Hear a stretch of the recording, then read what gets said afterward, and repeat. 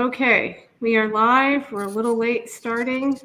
We have had constant, interesting tech things that happen, like emails that go to Gmail just disappear. We last week were on, and I've got to share this.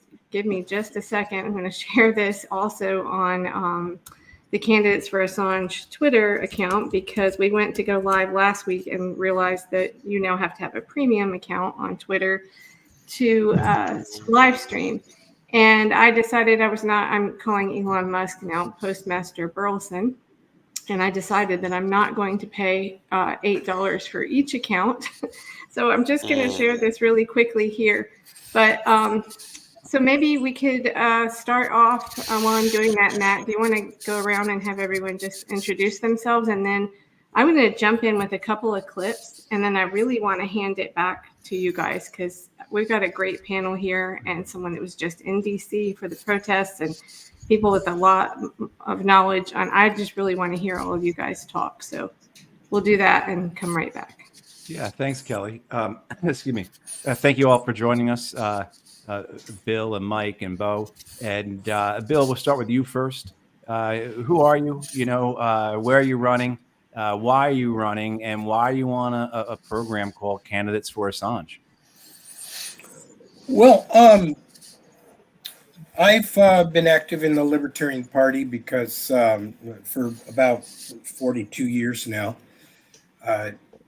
It addresses a lot of my concerns that I've developed during my childhood growing up in Jordan. I grew up in the Middle East in Jordan, and I've traveled and worked around there a lot. I'm bilingual in Arabic. I grew up around the Palestine conflict, and it informs my libertarianism on about 10 different issues, starting with the right of the state to choose my friends and enemies for me. So that's a very big part of my identity as a libertarian. I try to make libertarians more aware of the other side of the Palestine issue. And I try to make people from the who are into peace issues around this subject aware of libertarians. They tend to be drawn toward left-wing Democrats, and if not that, the Greens to some extent. I would like to see more of them among libertarians. And what were your other questions? I'm running for Congress. I should say I am the candidate as of right now, although I've been removed from the ballot by the Secretary of State of Texas. I'm running against Mike McCall, head of the Foreign Relations Committee, formerly head of the Homeland Security.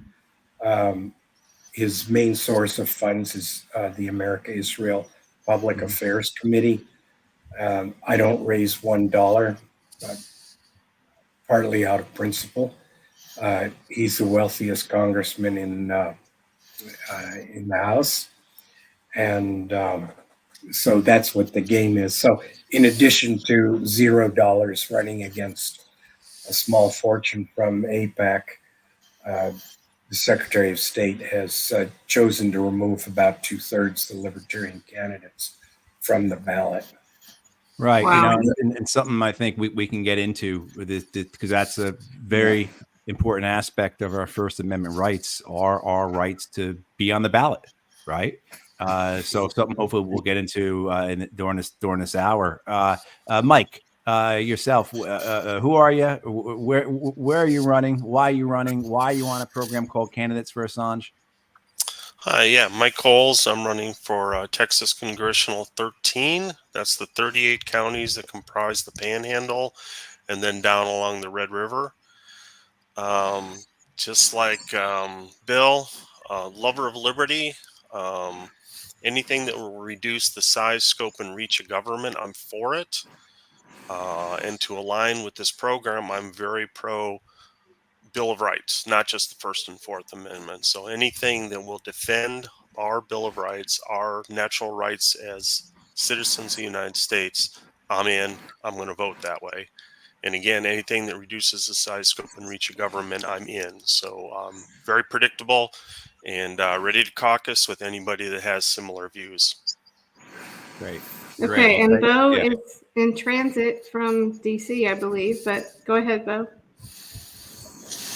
No, actually not from DC. I actually did the turnaround in one day yesterday. But, as a candidate, I'm out and about a lot. My name is Bo Forte. I am running for Congress in New Jersey's 5th District, which is the district that runs the northernmost part of the state, runs all across the New York State border, out to the Delaware River.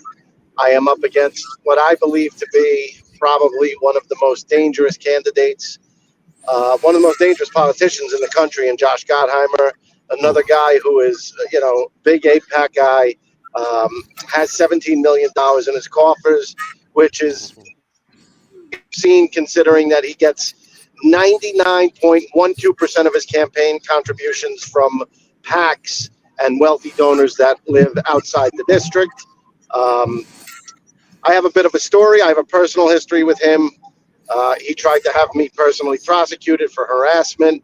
It was a completely frivolous charge. He had the whole North Jersey Democratic Party help him in this. And, it was really just an attempt to get me to spend $5,000 and get a lawyer and get it dismissed. So I didn't even give him that satisfaction. I went pro se, felt like I studied for the bar, wrote my own motion to dismiss, which was granted, made him look pretty silly. It actually protected me in getting on the ballot because normally he would challenge anyone left of center that runs on the ballot. But being I already beat him once in court, I don't think he wanted to lose twice. And the reason I'm on this show is because I freedom of the press. I think Julian Assange is a hero. I think Edward Snowden is a hero. I think anyone who does what they did and puts themselves on the line deserves our deepest admiration and our support. And that's why I'm on with you guys tonight. Great. You. Yeah, I winced when you said his name. So thank you for standing up to that guy and running up there. Could you say that name again? Of the man Josh Gottheimer. Gottheimer. Okay. And what party are you running on? I am with the Green Party. Green. Okay. Good job. Yeah, you guys have candidates in all 13 districts up there, don't you? Yep, we have the Green 13. Pretty historic, pretty big accomplishment. Every congressional district and the Senate seat, we have a candidate. Well, good. That's terrific. That's great. You all organized that way. Well done. And Kelly. Well, and we have a lot of libertarians and Greens on this show, and I think it's really great because there are so many areas where we overlap, and I think, foreign policy is one of them. And, when we first started this back, I think it was early February, we had a candidate that came on and was talking about Gaza, which is obviously all over the news. It's on everyone's mind. And I think I kind of didn't really want to touch it because it's still so polarizing, right? But I have to play, and if you've already seen this and it's difficult to watch, I apologize, but I had to pull up this clip of Netanyahu in Congress. And the reason I'm focusing on, two things really, is this assertion that the people, the protesters that are protesting the killing of tens of thousands of innocent people in Gaza is funded by Iran. Just the smear of saying that way, really, framing like that's our freedom of speech. People have a right to protest, and they aren't paid by Iran to do so. So I got to play this clip, and there's someone on the second part that I know Matt. So for all we know, Iran is funding the anti-Israel protests that are going on right now outside this building. Not that many, but they're there, and throughout the city. Well, I have a message for these protesters. When the tyrants of Tehran, who hang gays from cranes and murder women for not covering their hair, are praising, promoting, and funding you, you have officially become Iran's useful idiots.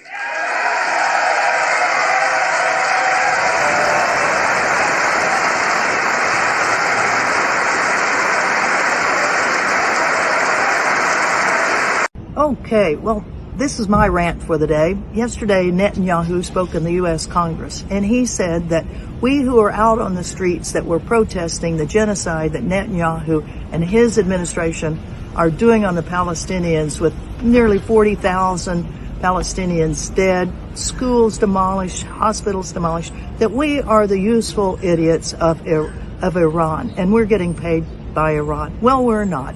And the useful idiots really are the useful idiots of Israel, and that's called the U.S. Congress and the Biden administration.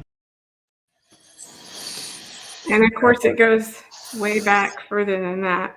But it just really bothered me that sneering the protesters as if they aren't there for their own reason. Just like we had when you're a Putin puppet if you spoke out. Yeah, that is pretty rich to accuse us of getting money from Iran when the vast majority of those people are subsidized by AIPAC. Yeah. Well, when I hear that, I get, before I just want to say two things. One, people don't know who that was. That's Ann Wright, former Army colonel, former diplomat, just an incredible, one of the bravest people I've ever met in my life. You saw she had her shirt on that says "Break the Siege." She is essentially the head of the American delegation for the flotilla that hopefully will be going out in the next months to try and break the siege, break the blockade of Gaza by the Israeli Navy. But when I hear that, guys, what I hear when I hear that about Iran, it makes me think about how all the time on the show we talk about the connection between the First and the Fourth Amendment in terms that the government always cracks down on both simultaneously. And when you say that the protesters are funded by the Iranians, that gives the government the reason to then assault your Fourth Amendment rights. So not just the censorship, but also the surveillance and the spying, right? Because you guys aren't doing this on your own. You have no agency of your own. You are stooges, useful idiots for a foreign government. And so I hear that, and so often that's the case, right? This connection between the assaults on the First and Fourth Amendment that go simultaneously. But please, such an open topic. Just however you all feel about this, feel free to rant or vent, because I know we're all angered, to put it politely, by what we saw and heard. Yeah, I would like to just say, how dare he? But also, how dare the people that are giving him a standing ovation? I was in D.C. yesterday. I promise you, I have never gotten a dime from anyone in the Iranian government. I've never spoken to anyone in the Iranian government. I mean, how dare our elected officials allow a foreign leader to come in and chastise us for our First Amendment rights? I mean, it's a scary time, man. Mm-hmm. Yeah, and there was another part. I didn't want to make the clip any longer than that. It's difficult to watch. There's another part where he's kind of just disparaging the protesters, saying they don't know history, right? And I would say, okay, that may be true. A lot of Americans don't know the full history, including myself, up until a few years ago. And that brings me to another clip I would like to play. Oh, hold on 1 second. I have to put, I got to pull up this clip. I thought it was right here. It's Stephen Kinzer. I don't know if you guys are probably familiar with Stephen Kinzer. He was on Randy Credico's show multiple times. Okay, here it is.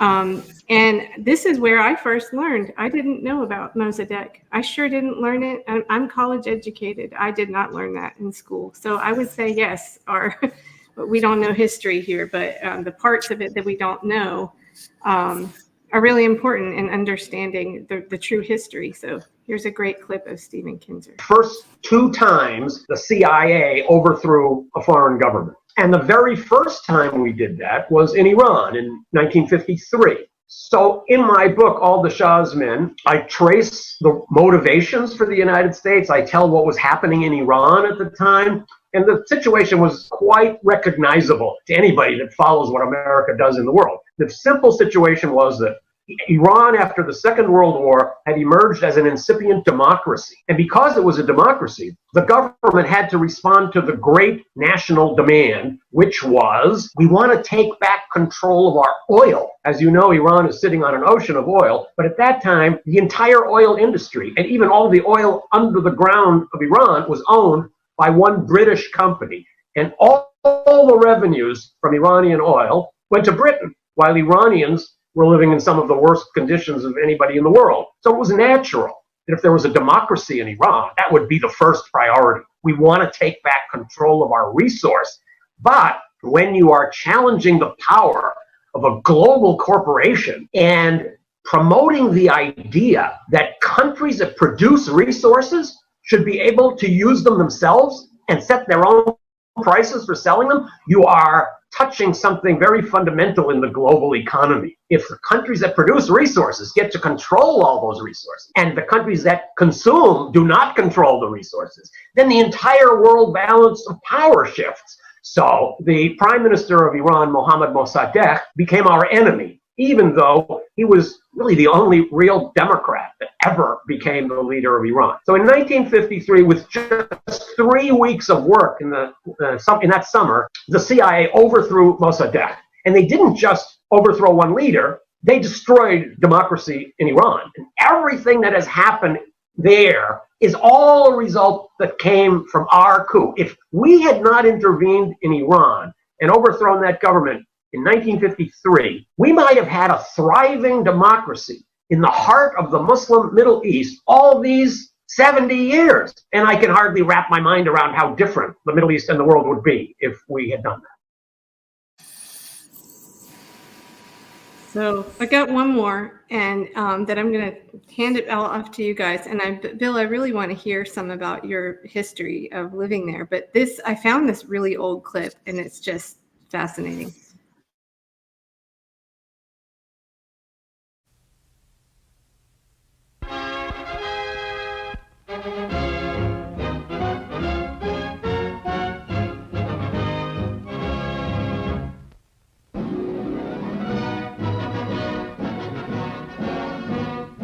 The United Nations once again confronts a grave problem as Premier Mohammad Mossadegh of Iran arrives with Secretary Trygve at the Security Council to present his side of the explosive Iranian oil case. The ailing statesman electrifies the council as he denies the right of the United Nations to intervene in what he calls a purely internal matter. He accuses Britain of intimidation by a display of armed might after the nationalization of the oil industry. Sir Gladwin Jebb, Britain's representative, is an attentive listener to his arguments, as is America's Warren Austin. The issue could be peace or war.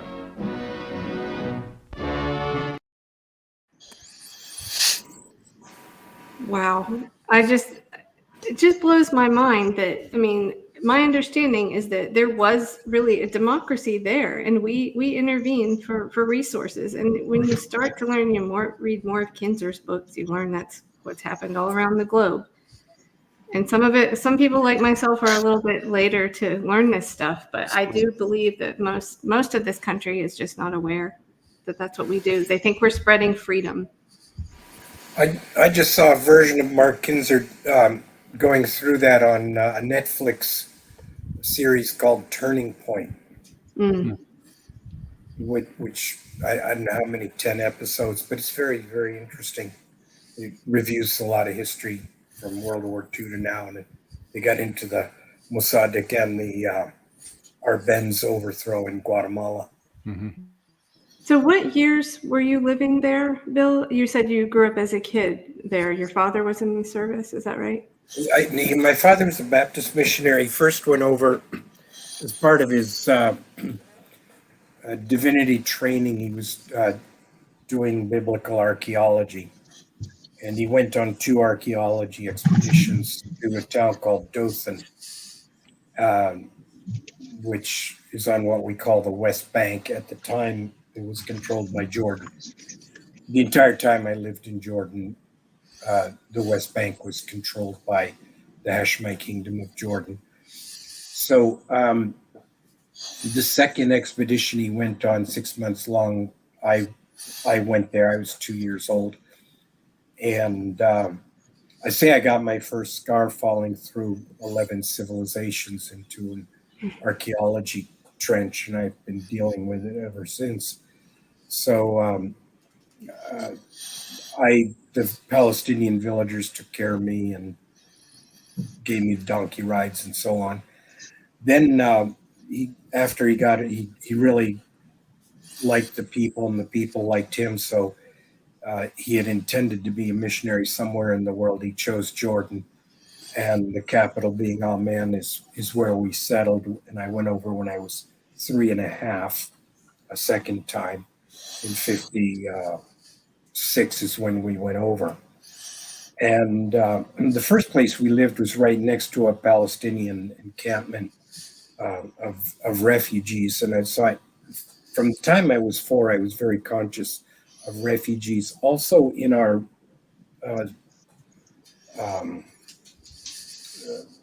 circumference or in our circles were many elderly Armenians who were survivors of the genocide.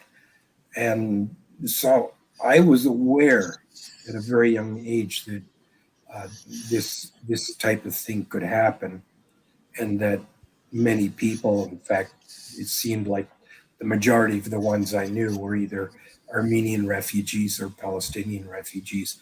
And my father, at one point, when I was asking questions, he said, "Oh, by the way, if somebody's a refugee, don't ask them a lot of questions because they might get real upset." And so, of course, that got me curious. And the lady who took care of us in the house was a Palestinian refugee. And I asked her, to tell me what happened, what her story was.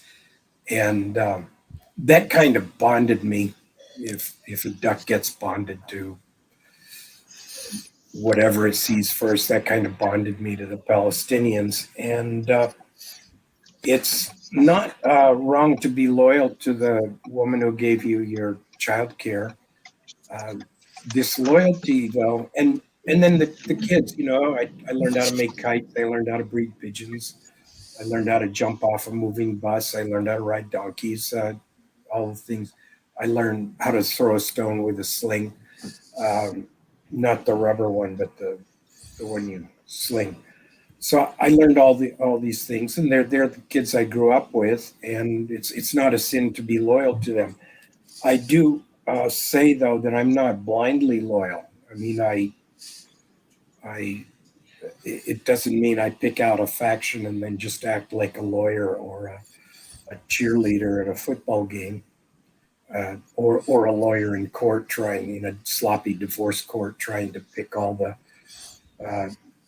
warts on the other side and highlight the good parts on our side and try to cover them up.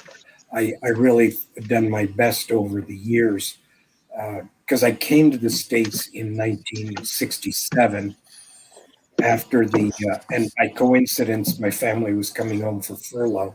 By coincidence, it was the 67 war. And I arrived in the United States. The United States was having a massive collective orgasm about Israel's victory in 6 days. And the churches were going wild, thinking that Jesus would come anytime. This was a fulfillment of prophecy. I should be delighted and happy that I got to be part of it. And it was quite a shock for me. I mean, it's weird enough being a missionary kid in the first place, and then coming home from a war zone in the second place, and then having people celebrate your side losing is another little trauma. And then the religion you belong to, they're saying that, well, it's God's chosen people that just had the victory. So it's been an uphill struggle for me, but I'm very encouraged over the last 60 years or so to see the changes. And I've really devoted my life to studying this one little issue and reading from all sides. The faction I am loyal with is Israeli Palestinian Combatants for Peace. That's whose T-shirt I'm wearing today, and these are Israelis and Palestinians who've decided to put their weapons down and talk to each other and work out a solution. So that's who I'm aligned with. There's a chapter here in America. And I'm doing my best to get the word out. And then I'm a libertarian because starting with this really offended me from an early age that people believed, well, if you've grown up in the States, your understanding of Israel Palestine, especially if you grew up decades ago, it's skewed. It's inside out, upside down, and backwards and forwards, who the good guys are, who the aggressors were. So I've really tried to teach people, but if I can't teach them, I'd say, look, the government shouldn't choose your friends. You don't have the right to choose friends and enemies for me. If you really think that Israel deserves all your support and all your money, I can't stop you. Go ahead and give it, but don't force me to, and exempt me from it. And that's what libertarian is very much about. And and people who disagree with me about the Middle East should also love the libertarians, because even if whether you think I'm brilliant and I've read 200 books and very articulate about the history, or whether you think I'm hallucinating, I'm not imposing it on you. I'm not making you subsidize anything that I believe or send weapons to anybody I support. Please don't make me support who you think. Kelly? Yeah. Yeah, based in, on Mike. the 3 videos you showed me, I think we need to talk about what is a proper protest, what is a proper First Amendment expression, also our deep desire as a nation for peace, to be a broker of peace, an agent of peace, and then talk about our dark past of colonialism and usurping national sovereignty. So I think my initial reaction to Netanyahu's speech, which I did watch, was that we should step forward as an agent of peace to stop the madness. And that would be if both sides said, yes, the United States, peace ambassador can preside over the thing. We should do anything we can to stop the carnage, the killing, the inhumanity. So, and as somebody sitting in the Congress, I would fund reasonable efforts to have those conversations to start the talk for peace. That was kind of my initial impression. And then the first video about protest, as long as a protest is peaceful and doesn't destroy property, it's a protest. Otherwise, it's a riot, and with riots, there are criminal charges for property damage and other things. So we need to firmly establish that balance, that if you're talking, you're expressing ideas, and you're not causing physical harm, you are indeed protesting. Yes. Bo, are you with us? There he is. Yeah. And so Hey, you were there. You were there yesterday. So I was. You follow on with what Mike was just saying, please. Well, listen. Yesterday, when we got there a little bit late. It's a 4-hour drive from here. It looked like there wasn't a very big crowd, and we parked and we got to the train station, and someone told us where we needed to be because we were kind of part of Jill Stein's entourage, even though we didn't have passes.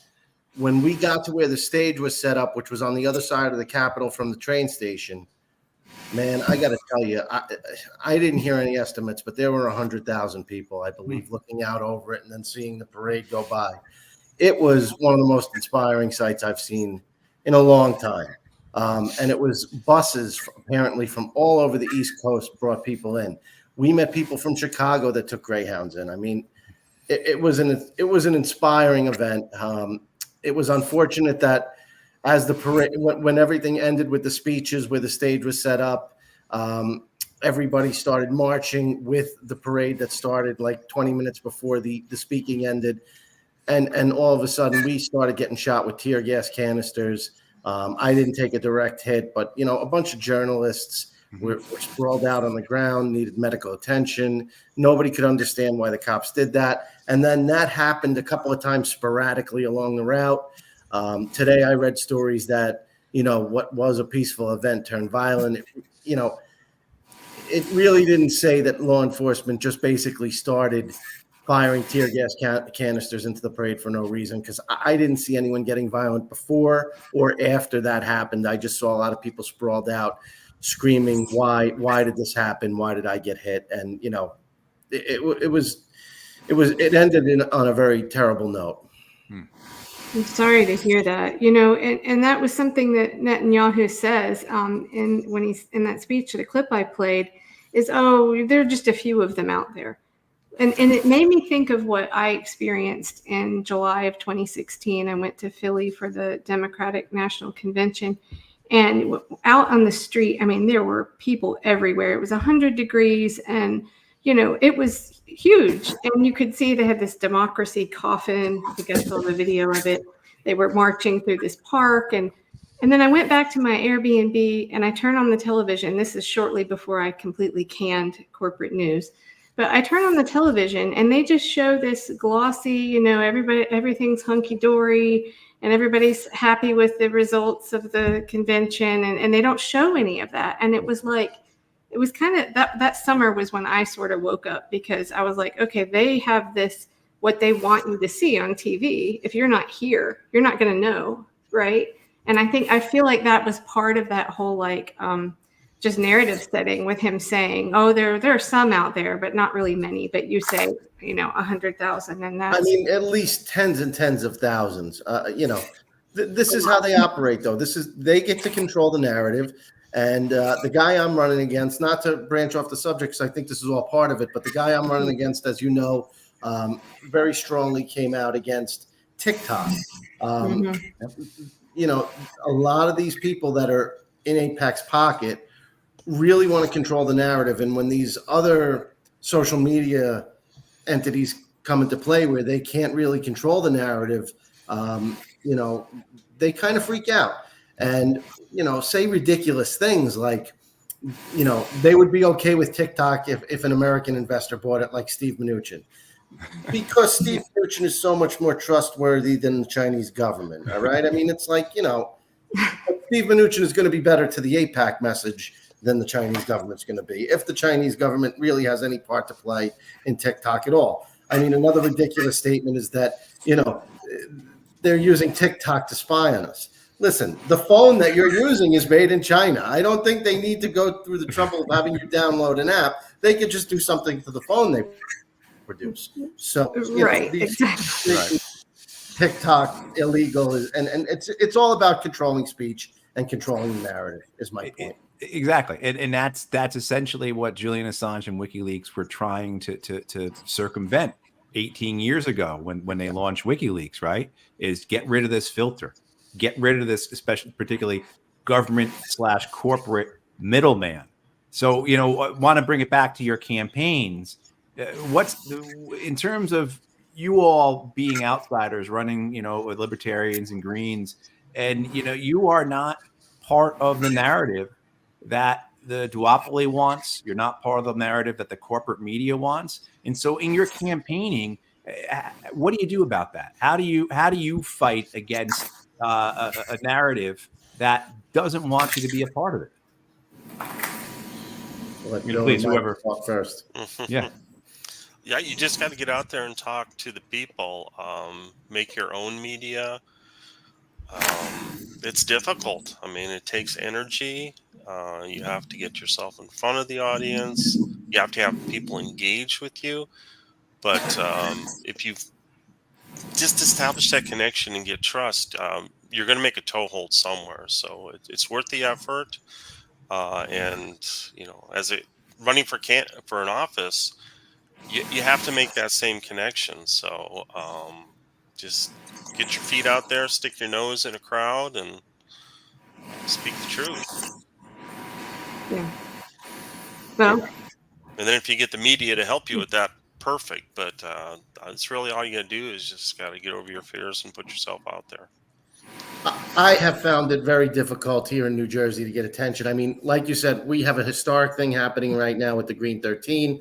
I think this is the only time the Green Party's ever filled a complete slot with all congressional candidates and the Senate candidate, where we're on the ballot officially. We had an event last weekend where we kind of introduced the Green 13, and we had a couple of guest speakers, one being Jill Stein, and another one being Lady Bunny. I don't know if you know who she is, but she used to be part of. He used to be part of RuPaul's Drag Race. He's a drag queen, and he was wild. But he's apparently a big Green Party supporter, and he gave a great speech. He made a lot of sense. And this was at Kane State University in Union, and we sent out invitations to everybody, and we didn't see one person in the media. You would think that Jill Stein, she gave a great 20-minute speech. It kind of tells you that, the media is not in the game for you.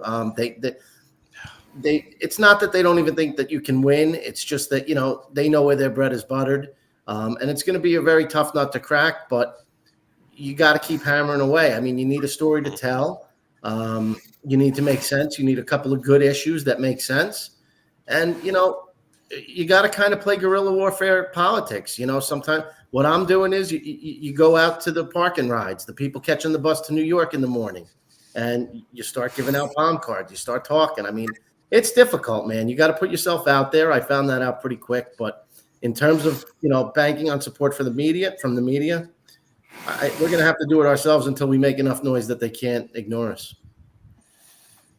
Exactly. Right. Exactly. And Bill, you're not on the ballot now. So do you plan, right? You want to explain a little bit what happened, or? Well, basically, we years and years ago to get on the ballot the very first time, we had to go through a complicated petitioning process. And after doing that complicated petitioning process, certain candidates, it was the governor at the time, had to get a minimum number of votes. And we had to keep doing this. The first few times we didn't get the minimum number of votes. We kept petitioning. We finally got the minimum number of votes. And we established a critical mass. People look and say, look, you've all been campaigning 40 years in Texas, 50 years or more around the country, and you haven't broken 4 or 5%.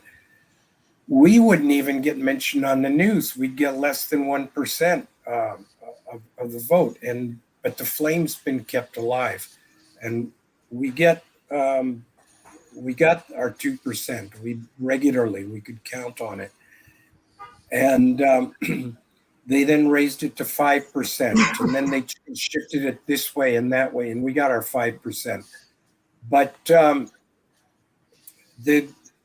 Democrats do their best to keep the Greens off, and the Republicans do their best. So the bureaucratic details keep shifting every few years.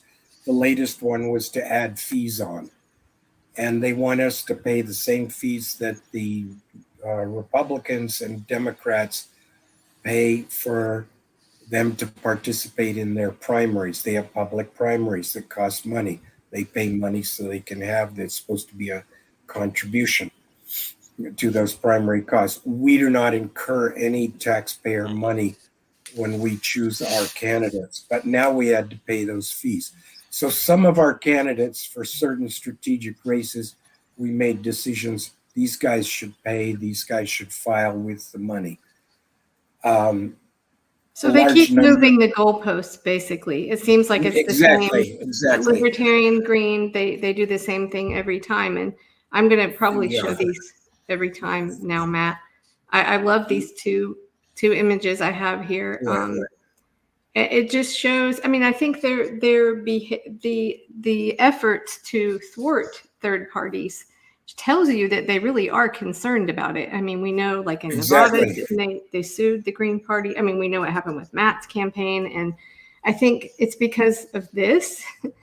And also, here's the other one. And this is the biggest thing. This is the psychology of getting people to change their minds about, you can ask, I hear it almost every single day. Someone says, well, that's wasting your vote, or they can't win. And it's just so ironic, because if they just actually voted for you, that would change that. So I don't know how we get through other than to just keep repeating it.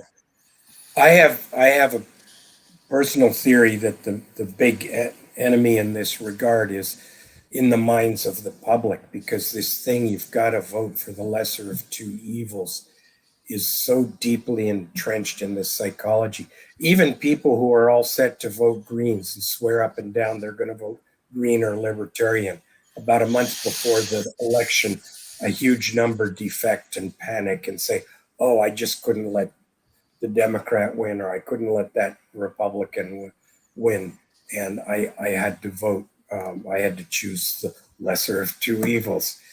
And I've been told this is not the time. I've already been told that. I've been told that for the last 50 some years. This is not the time. I want to say, now's not the time. When is? Could you tell me precisely when is the time? So, there's going to be a critical mass. The stale ideas of the left and the right do not work, and there's going to be a break. Last time I got a break as a second candidate or a two-party race against an incumbent Republican, like six-time Republican incumbent, I got 30.7% of the vote. So I do think we are reaching a critical mass. We are close. People are as pissed off as I was in 2012, and it's inevitable. It may not happen in my runs for public office, but I can hand the torch to somebody else who will put a yellow seat in Congress. So just got to stick to your good ideas. Got to get out there. Make sure you tell them about yourself. Tell them about your ideas. And the ideas can be irresistible because the competition is stale and it's just repeat garbage. So there's going to be a time, there's going to be a critical mass, and I'm hoping that I get that other 20%, get that 50.1 or 52% or whatever it takes, and maybe start changing history a little bit. But that is pretty impressive, 30%. Yeah. 30.7. 30.7. Well, I think maybe we just hit on something. We need to start saying now is the time, because you're right. Bill, I've heard that a lot of times recently. I've been kind of lurking in some TikTok panels of people talking, and it's typically very Trump or now Harris. But whenever I bring it up, that's what I hear every single time. So maybe that's just something we need to keep repeating. Well, now is the time. There's such a feeling of protest. I mean, we've had it since 2020, and maybe we can harness that and get protest votes to bring different ideas into government that's definitely not working for the people. Well, I have a journalist friend, Sam Husseini. Maybe you guys know who he is. He came up with this idea called Vote Pact. And basically, you make a deal with someone on the other side. Okay, I won't vote for the Democrat and you don't vote for the Republican, and we'll each vote for some other third party. I guess you got to have a little bit of honor system there to implement that. But I don't know. We need strategies. We need really strong strategies. Just speak the truth. The truth will make the toe hold. It has to. I hope so. It's been we knew it was going to be a crazy election year, and who knows what's still to come. But I kind of have a feeling this year sincerity is gonna play well too. Be yourself. I don't think you have to be perfect on the issues. I don't think you have to necessarily agree with, or people have to agree with you 100%. I think you have to be honest this year. I think you have to be human. And I think it's going to play a little bit this year. I think you're going to see some surprises across the country this year, and it's going to be good for the country. It's going to be good for democracy. Yeah, well, we've seen Free and Equal did a debate where they had third parties, and a little bit of it was kind of a show, but there was a good conversation, particularly between Jill Stein and Chase, the Green and Libertarian, and I think that's really where those conversations can happen and be constructive. I would love to see Greens and Libertarians work together. Can we also talk about moderation instead of one party gets their comprehensive full wish list, and then when they're out of power it goes 180 degrees and then it goes back and forth. Let's make small incremental gains, things that we can all agree on, maybe get 2/3 affirmative vote on an issue and make slow and steady progress. And that also fits in with my, reducing the size, scope, and reach of government. That if the government does less, we all benefit from it because then we have more choices and more freedom. Right.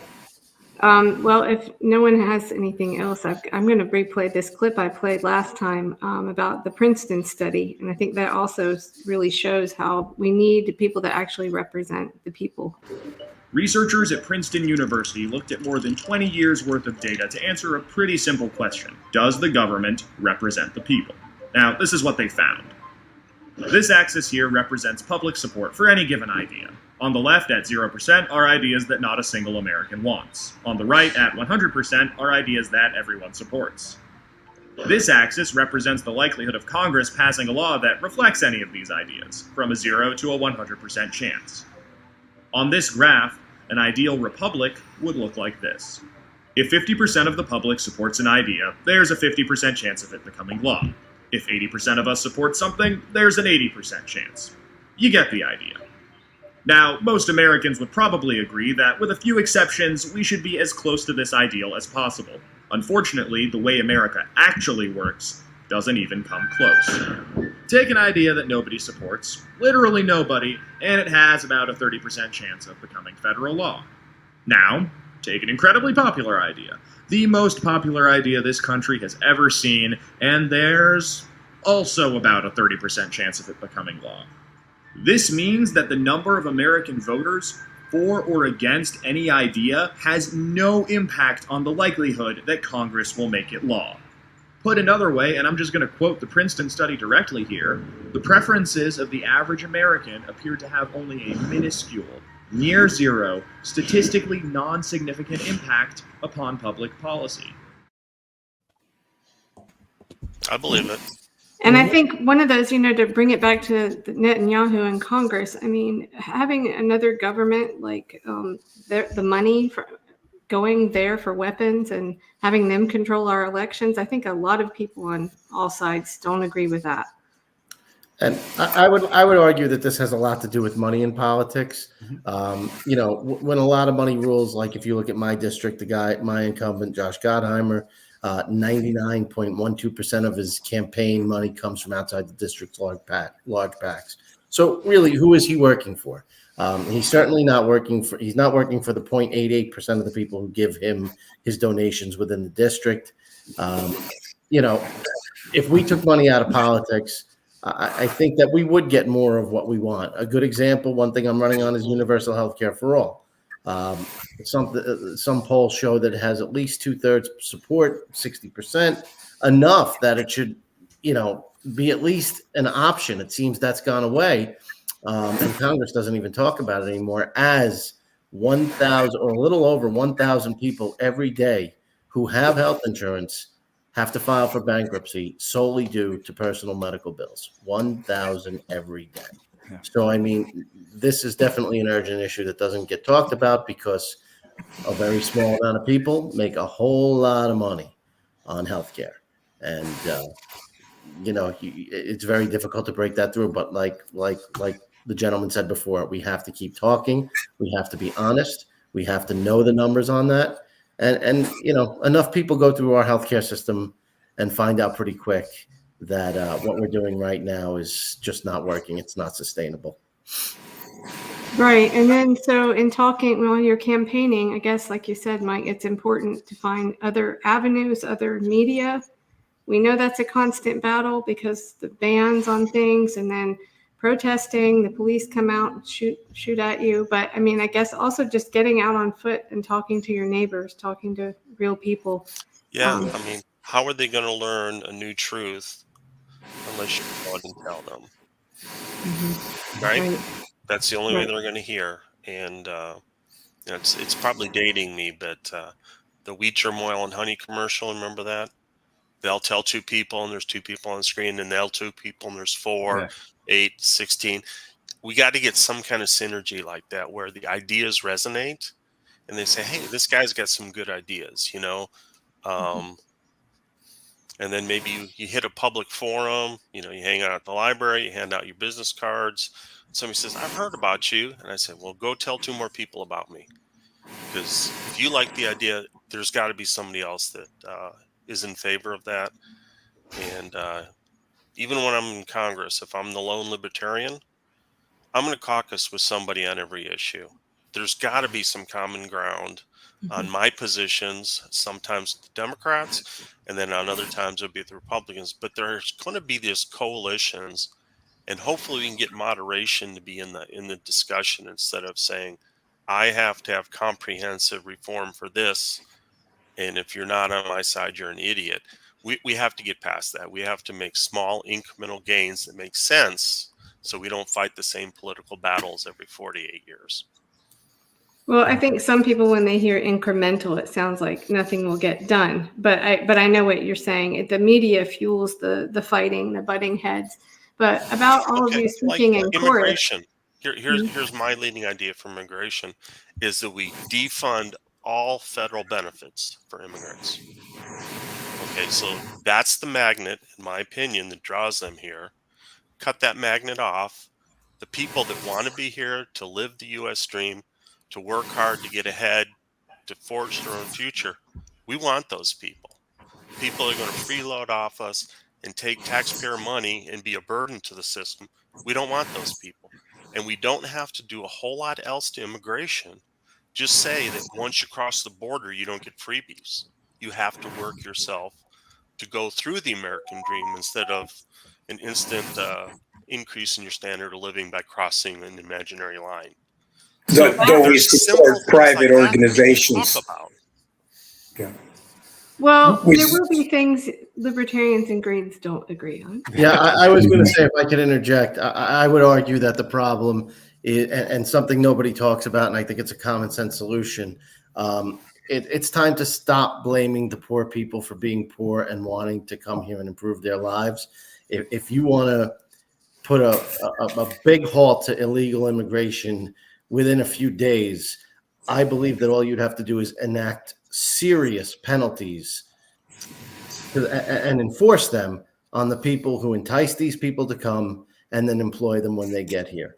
If all of a sudden you're hiring illegal immigrants and you get caught and you know you're going to do a year in jail, you're going to see that spigot turn off real quick. I'll give you an example.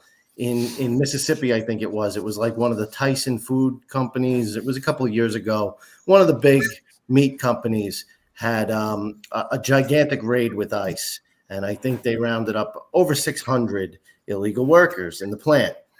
Now, not one executive, not one person in management, not the CEO. None of those people got fined, went to jail, got criminally charged for anything. So I'm sure after they took these 631 poor people and deported them, within a few weeks, that factory was up and running full steam again with just a whole new crop of people, or a few of those people came back, who knows what. But if we enacted and enforced strict penalties on the people who entice these people to come and then employ them when they get here, you would see an immense reduction in illegal immigration very quickly, my opinion. Yeah. And before we get into this conversation, we are at the top of the hour. We are. I just want to I was going to ask how close we were, where we could come to some kind of meeting of minds. We could probably. Maybe we can do another. Talk about that at some point. I mean, yeah, I would love to. We'd love to have that conversation. I think those conversations are really important. I really believe there are solutions that can be, that you can come to these solutions with dialogue is everything. And butting heads. But I will just add to that. What about our intervention in those countries that send all the refugees? You take it even a step further, and that's something I just don't hear very often. But anyway, I just want to say also about everyone's kind of speaking in chorus. I do make clips from our meetings, shows, and put them on TikTok, which is still somewhat not banned. but I have noticed I have to put the clip 3 times and refresh it 3 times now for it to go public. It stays on private mode. So I think the restrictions on TikTok are already in place, but it's better. So I do. We've got a lot of clips on there already, and I think they're great to see because, you know, you kind of see the overlap with all the different candidates saying very similar things. And I think that it can't be any one person. It's got to be all of us changing this. So anyway, thank you all for coming. It was great. Yeah, great to meet you. if you all just go around real quick and just, you know, who you are again and how people can follow and support you. So Bill, you first, please. Well, I'm Bill Kelsey, and I would just ask people to look at our presidential candidate, Chase Oliver, and follow him and consider voting for the Libertarian candidate for president. And wherever you are, wherever you see this, look around in your neighborhood. Look for Libertarian candidates. If there are no Libertarian candidates, or if the Libertarian candidate's a little bit of an edgelord, go for the green. All right, and Mike? Mike Coles for Congress. That is my sole repository of information besides me sticking my nose in your face. So if you like what you hear, go out to Coles for Congress, tell your friends, get that wheat germ oil and honey commercial going. All right. And Bo? Sure. Bo Forte, running for New Jersey's 5th District against Josh Gottheimer. You can find me online. My website is Congress NJ for NewJersey.com. From there, you'll be able to link up to all my social media platforms. So Bo, 4, CongressNJ.com, Green Party candidate. And take a look at Jill Stein. I think our candidate from this year in 16 is definitely at least worth a look from you. So, and thank you for having me. Thank you so much. Thank you, Kelly and Matthew. I appreciate the time. Glad you all could come. Thank you.